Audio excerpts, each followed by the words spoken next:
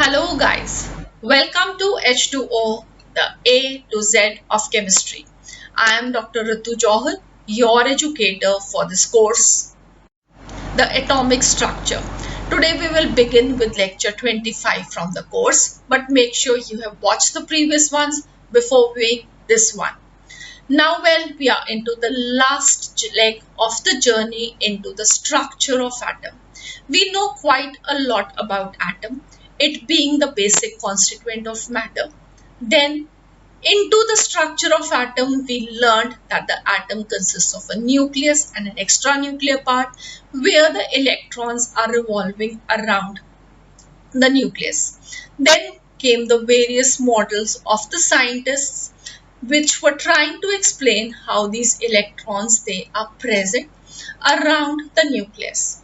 Bohr told us that they are revolving around the nucleus in fixed path called as orbit. Then came the concept of the sub-energy levels by Sommerfeld, and then the quantum mechanical model giving us the concept of orbitals. Now, what are we trying to learn? We are trying to learn about the positioning of the electrons in these various orbitals. And these orbitals, they are going to be arranged in order of their increasing energies. So in this lecture, we are going to learn the energy level diagram for the electrons in an atom, which means that we are going to learn about the arrangement of the various orbitals showing the relative energy of these orbitals in an atom. This is going to be really an interesting journey. Let us begin learning about these energy level diagrams. We are going to learn about two energy level diagrams. One, it is going to be energy level diagram for electrons in hydrogen atom, and then we will learn about the energy level diagram for electrons in the multi-electron atoms. Hydrogen has only one electron, so there are going to be different things that you will see in a hydrogen atom as compared to the multi-electron atoms. In the hydrogen atom, the energy of the electrons in various orbitals, this is determined solely by the value of the principal quantum number. That means that the electron, when it is in the same shell, it is going to possess equal energy no matter it is in which orbital. For example, if the electron is in the second energy level, it is in the second shell. The second shell, it has two s orbitals and three 2p orbitals. But electron can be in either of them, but it is going to have equal energy. And so the orbitals which have equal energy, they are called degenerate orbitals, right? So electron, in the case of hydrogen atom, when in the same shell, all the orbitals they are going to have equal energy.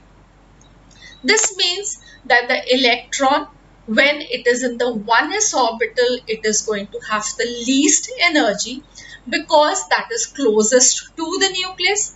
N equal to 1, that was given us by Bohr, right? And as the value of N is going to increase, the energy is going to increase, reaching up to 0 when N is equal to infinity. I hope you remember that. And for hydrogen, the electron in the 1s orbital is going to be the ground state, and then it can move to the higher energy levels, 2s, 2p, other higher energy levels. That is called as the excited state, right? So the energy of the orbitals is going to increase in this order which we have shown in the diagram, right? So when n is equal to 1, we have just one orbital, that is the 1s orbital. This is going to have the least energy, the maximum negative value of energy, right? And then we go on to the second shell. The second shell, this will have two s orbitals and three 2p orbitals, right? 2px, 2py and 2pz. But the electron, when it is present in either of them, it is going to have same energy. Then we move on to the third energy level. So we have 3s, 3p and 3d orbitals 1 3s, 3 3p, 5 3d, and all will have same energy. Electron can be present in either of them, possessing equal energy. Moving on to the fourth energy level, we have 4s, 4p, 4d, and 4f. All of them will have same energy.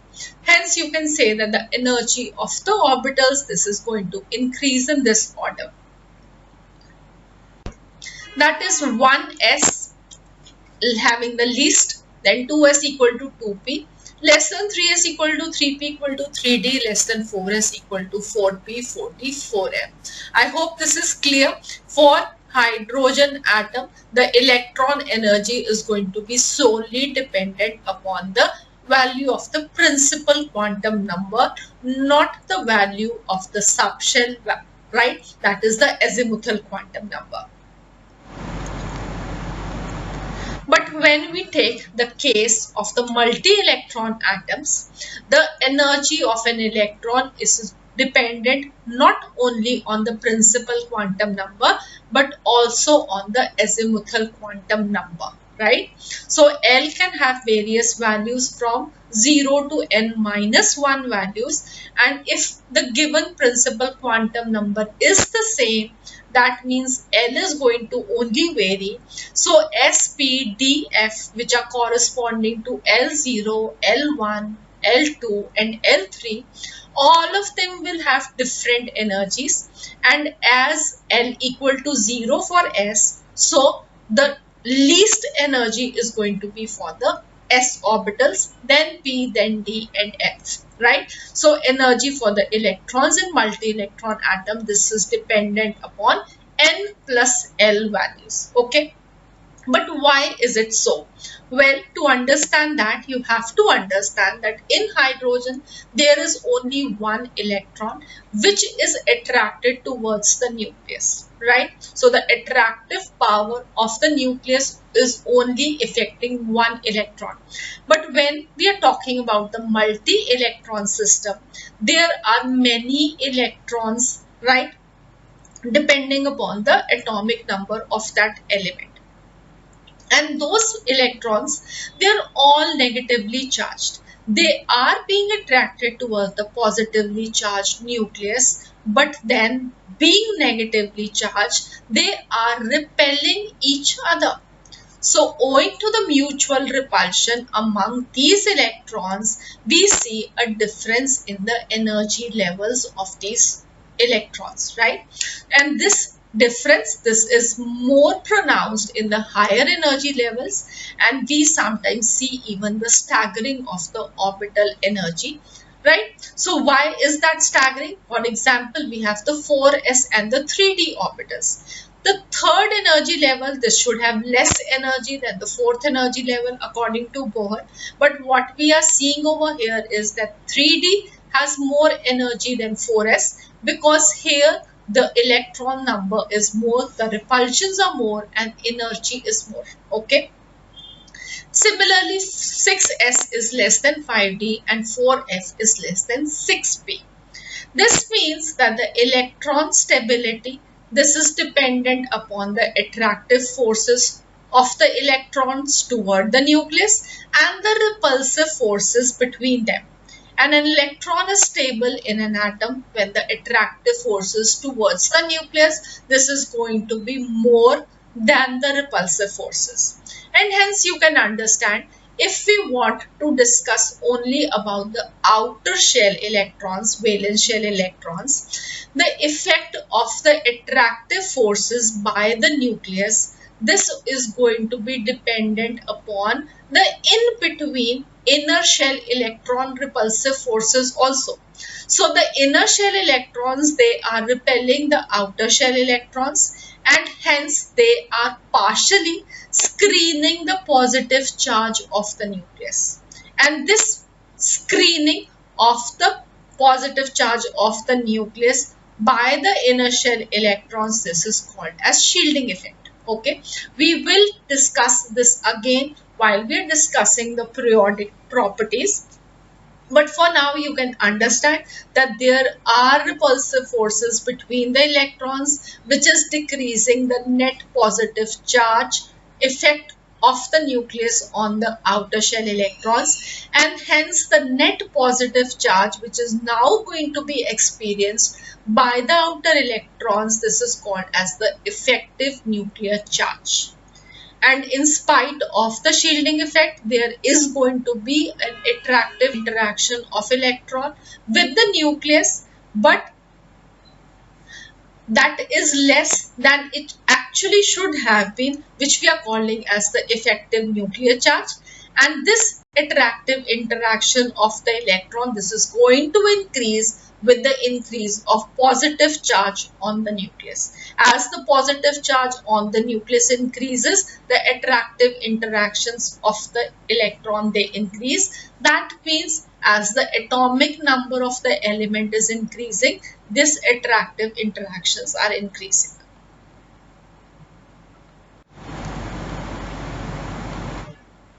So this is the energy level diagram for the multi-electron atoms. Right. So you can see that the least energy, again with the first energy level 1s having the least energy, then the second energy level, now you can see that there is a difference between 2s and 2p electron energy level, right? So there has been a splitting of energy because of the various repulsive forces of the electrons, right? So 2s has less energy than 2p, 3s has less energy than 3p. 4s we saw that it has less energy than 3d. Then we see 3d and 4p. 3d has less energy than 4p. Then 5s, 4d, 5p, and so on. So this is basically, if you want to understand it, how these energy levels are made. They are dependent upon what? They are dependent upon the n plus L values. They are dependent upon the interactions between the electrons and the nucleus and the repulsive interactions between the electrons themselves. So the n plus L values, they will give us this energy level diagram, as we will see in the further slides, and then you will be able to appreciate them. Okay. So we can sum it up as that with the increase of atomic number, the energy of interaction between the nucleus and the electron, that is the orbital energy, this decreases, and the shielding effect is maximum for the s electrons because of the spherical nature of the s orbitals. So shielding effect maximum for s, then for p, then for d, and then for f, when we are talking about the same principal quantum number, right? And similarly, the time spent by the electrons close to the nucleus, this is going to be the maximum for the s orbitals, again because of its spherical shape, then by p, then by d, and then by f. Hence we can say that for a principal quantum number, when that is the same, the z effective experience by the electron, this is going to decrease with the increase of azimuthal quantum number L, right? Well, L is 0, we have S, that is going to be having the maximum effective nuclear charge, so that is going to have the least energy, right? And the extent of shielding from the nucleus, this is different for electrons in different orbitals. This leads to the splitting of the energy levels within the same shell, and this again means that the s orbitals, they are going to be held tightly to the nucleus, then p, then d, and then f. Fine. And as the energy of these orbitals is dependent upon the n plus L values, lower is the value of n plus L for an orbital, lower is going to be its energy. And if two orbitals, they have the same value of n plus L, just see which orbital has lower value of n. Lower the value of n, lower is going to be the energy of that orbital. Fine. And then we can also compare the energy of orbitals in the same subshell with comparing with the atomic numbers, right? So when the atomic number increases, for example, for hydrogen, then lithium, sodium and potassium, for the same energy orbital, for example, here we have taken 2s as an orbital. So the energy for the 2s orbital in hydrogen is going to be the maximum, and this is going to decrease with the increase in the atomic number, and hence out of all the four, hydrogen, lithium, sodium and potassium, the energy for the 2s orbital for potassium, this is going to be the least, right? So the energy of the orbital in the same subshell, this decreases with increase in the atomic number, right?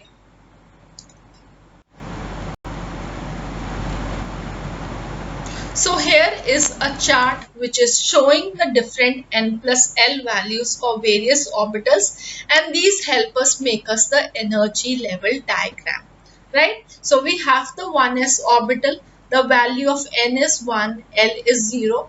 So the total n plus L value is 1. So this value, this is the least. If you are seeing over here the all values, so that is why 1s has the least energy. It is lying at the lowermost level in the energy level diagram. Then we have the 2s. If you are going to sum it up, it comes as 2. 2p summing n plus L values is 3, and 3s is also 3. So what did we learn over here? We learned that the energy of that orbital is going to be less, which has lower value of n. So 2p has value of n to be 2, 3 has value of n to be 3. That is why 2p has less energy than 3s. Then we see 3p and 4s, they again have same value of n plus L. So what is going to have more energy? 4s will have more energy because it has higher value of n, right? And then you can see even 4s and 3d. 3d is not being filled before 4s because the n plus L value for 3d is more than 4s, right? So 4s is 4, 3d is 5. So the energy of 3d is more than 4s. And then again 3d and 4p, if you are comparing, the values, they are going to be same 5, but because the energy level of 3d is 3 and n value for 4p is 4, so we have the 4p orbital having energy more than 3d. So this is how the energy level diagram is built up for the multi-electron atoms according to this n plus L value. Okay, so I hope all about this energy level diagram, this is clear to you people. So next in the lecture we would be discussing about the rules, how the electrons, they are filled in the various orbitals, and this is going to be the last topic that we have to understand to see how the electrons, they are filled in the various orbitals. So I hope you will join me for that lecture as well.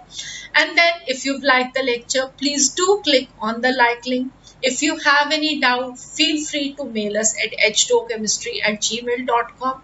Do subscribe to our channel H2O, and do click on the bell icon to get a notification as and when we put up a new course for you, a new lecture for you. Bye for now. See you again for lecture 26. Bye bye.